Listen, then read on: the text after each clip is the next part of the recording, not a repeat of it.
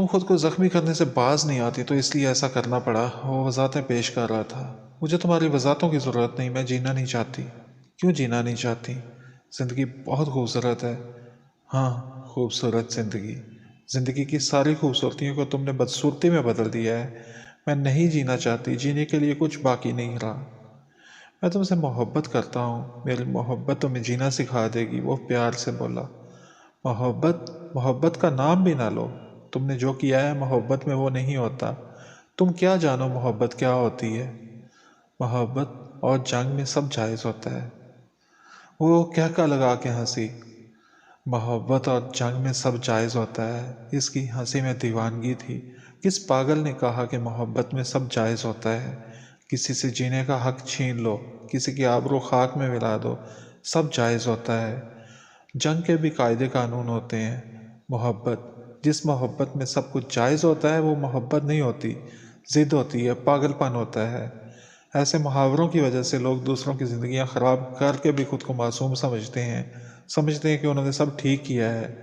جاہل انسان ہو تم، انسان کہلانے کے بھی لائق نہیں ہو۔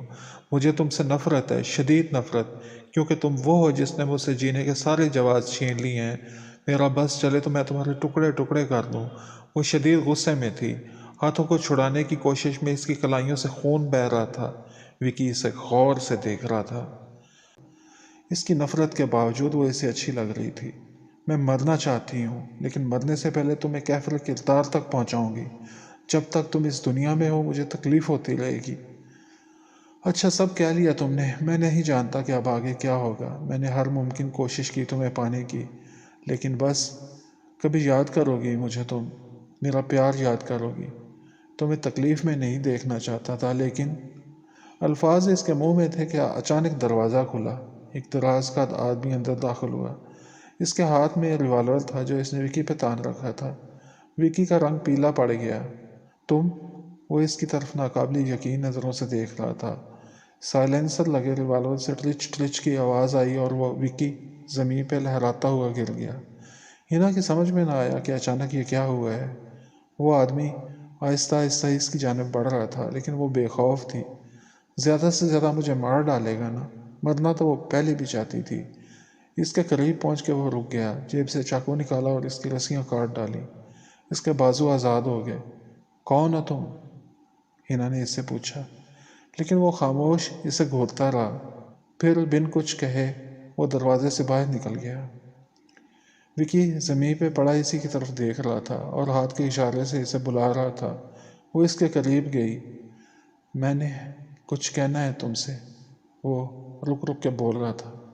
کیا کہنا ہے، کہو۔ وہ سننا چاہتی تھی کہ مرنے سے پہلے وہ کیا کہنا چاہتا ہے۔ وکی نے بولنے کی کوشش کی، لیکن اس کی آنکھیں پتھرا گئیں۔ وہ مر چکا تھا۔ ہنا حیران و پریشان سب دیکھ رہی تھی۔ کچھ دیر پہلے اسے شدید غصہ تھا، وہ اسے مار ڈالنا چاہتی تھی، اور اب وہ مر چکا تھا۔ جس نے اس کے ساتھ برا کیا اسے سزا مل چکی تھی، لیکن اب وہ کیا کرے؟ خودکشی کر لے، ہمیشہ کے لیے غائب ہو جائے۔ لیکن پاپا، وہ اس امید میں ہوں گے کہ ایک دن ہنا مل جائے گی۔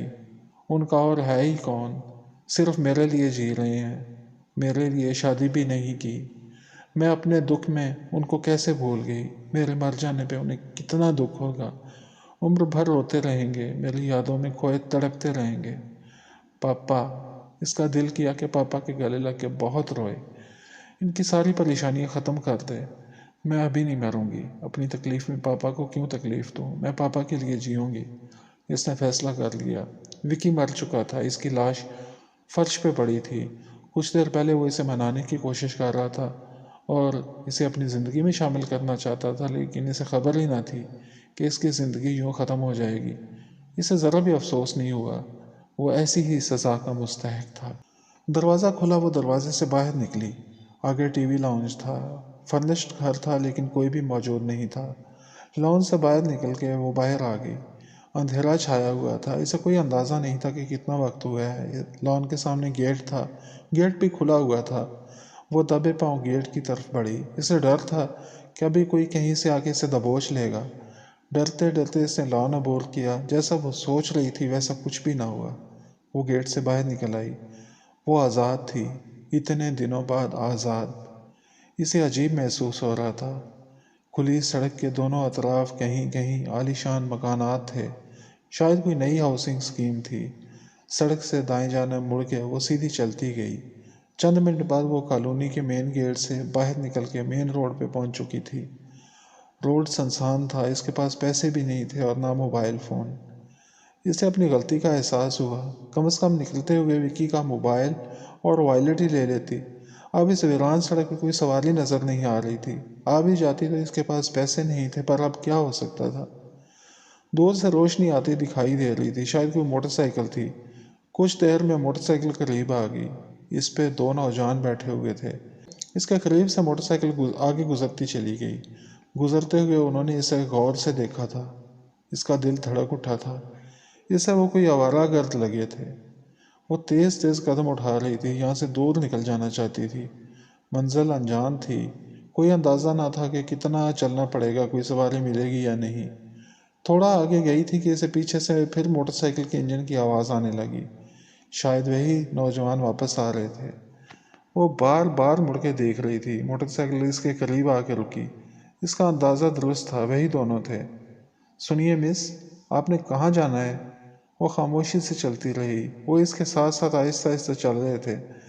دیکھیں، ہم آپ کی مدد کرنا چاہتے ہیں، کہاں جانا ہے آپ کو؟ مجھے کہیں نہیں جانا، آپ جائیں یہاں سے، وہ غصے سے بولی۔ مدد تو آپ کی کرنی ہی پڑے گی۔ پیچھے بیٹھا بڑی مونچھوں والا نوجوان بائک سے نیچے اتر آیا اور اس کی طرف بڑھنے لگا۔ میرے قریب مت آؤ، مجھے نہیں چاہیے مدد۔ اب تو ہم نے مدد کا فیصلہ کر لیا ہے، وہ خباثت سے بولا۔ میں شور مچا دوں گی، چلے جاؤ یہاں سے۔ مچا دو شور، یہاں کون سنے گا؟ ان کے ارادے خطرناک تھے۔ وہ سڑک پہ بھاگ پڑی، بھاگتے ہوئے قدموں کی آواز سے محسوس ہو رہا تھا کہ وہ بھی اس کے پیچھے آ رہے تھے۔ قدموں کی آواز لمحہ بہ لمحہ قریب آ رہی تھی۔ کبھی وہ اتنا نہیں بھاگی تھی، اس کی سانس پھول رہی تھی۔ بھاگتے بھاگتے وہ کسی سے ٹکرا کے وہ گرتے گرتے بچی۔ اوسان بحال ہوئے تو اس نے اس شخص کی طرف دیکھا۔ موٹر سائیکل کی ہیڈ لائٹ کی روشنی میں اس کا چہرہ دکھائی دے رہا تھا۔ عائشہ، میں آپ سے کچھ کہنا چاہتا ہوں۔ ڈنر کے بعد مسٹر چودھری نے اس کی طرف دیکھتے ہوئے کہا تو وہ الجھ گئی۔ ان کے لہجے میں کوئی ایسی بات تھی جس نے اس کے دل کو دھڑکا دیا۔ عورت کی چھٹیس بہت تیز ہوتی ہے۔ گزرے 2 دن اس کے لیے یادگار ترین دن تھے۔ خرم چودھری کا رویہ اس کے ساتھ بدل چکا تھا۔ اسے ایسا محسوس ہو رہا تھا کہ جیسے ابھی نئی نئی شادی ہوئی ہے۔ جی کہیے، کیا کہنا چاہتے ہیں آپ؟ میں آپ کو اپنے ماضی کے بارے میں بتانا چاہتا ہوں۔ سب کچھ بہت پہلے بتا دینا چاہیے تھا، لیکن کچھ وجوہات کی بنا پہ بتا نہیں پایا۔ خرم چودھری نے تھوڑا توقف کیا اور اس کے چہرے کے تاثرات کا جائزہ لیا۔ جی بتائیں، میں سن رہی ہوں۔ اس کا دل تیزی سے دھڑک رہا تھا۔ بات اصل میں یہ ہے کہ آپ سے شادی سے پہلے بھی میری شادی ہوئی تھی، انہوں نے بڑے آرام سے کہہ دیا۔ اپنی بات کا رد عمل اس کے چہرے پہ ڈھونڈ رہے تھے، لیکن وہ پرسکون بیٹھی تھی۔ کیا بات ہے، آپ کو برا نہیں لگا؟ اتنی بڑی بات آپ سے چھپائی گئی۔ وہ آپ کا ماضی تھا اور آپ میرا آج ہیں۔ آپ کی ماما جب بیمار تھی تو انہوں نے مجھے بتا دیا تھا، آپ فکر نہ کریں۔ خرم چودھری نے اطمینان بھری گہری سانس لی۔ میں نے اسے طلاق نہیں دی تھی، وہ خود ہی چلی گئی تھی، اور اب انہوں نے بات ادھوری چھوڑ دی۔ کیا اب؟ عائشہ چونکی، خطرے کی گھنٹی بجی تھی۔ اب مجھے وہ مل گئی ہے۔ خرم چودھری کا انکشاف اس کے لیے غیر متوقع تھا۔ کیا؟ وہ چکرا گئی۔ اس نے میز تھام لیا۔ ماضی پھر سے حال میں شامل ہو رہا تھا۔ وہ بہت بیمار ہے، ہاسپٹل میں ہے، اس کا ایک بیٹا بھی ہے۔ وہ پے در پے انکشافات کر رہے تھے۔ اب آپ مجھ سے کیا چاہتے ہیں؟ اس نے خود کو سنبھالا۔ کچھ نہیں، بس اس کے ساتھ بھی بہت زیادتی ہوئی ہے۔ میں ان سب کا ازالہ کرنا چاہتا ہوں، پچھتاووں سے نجات حاصل کرنا چاہتا ہوں۔ عائشہ کے دل میں ایک کانٹا سا چبھا۔ کیا صرف اس کے ساتھ ہی زیادتی ہوئی ہے؟ آپ کا خیال نہیں رکھ پایا، وہ اس کا ذہن پڑھ چکے تھے۔ مجھے احساس ہے جو وقت بیت گیا اسے تو میں واپس نہیں لا سکتا، لیکن اس کے ازالے کے لیے تو کچھ کر سکتا ہوں۔ مجھے آپ کا تعاون چاہیے۔ کیا آپ اسے یہاں لانا چاہتے ہیں؟ میں نہیں جانتا کہ وہ یہاں آئے گی یا نہیں، لیکن جو اس کی خوشی ہوئی میں وہی کروں گا، لیکن اس میں آپ کی رضامندی بھی شامل ہوئی تو۔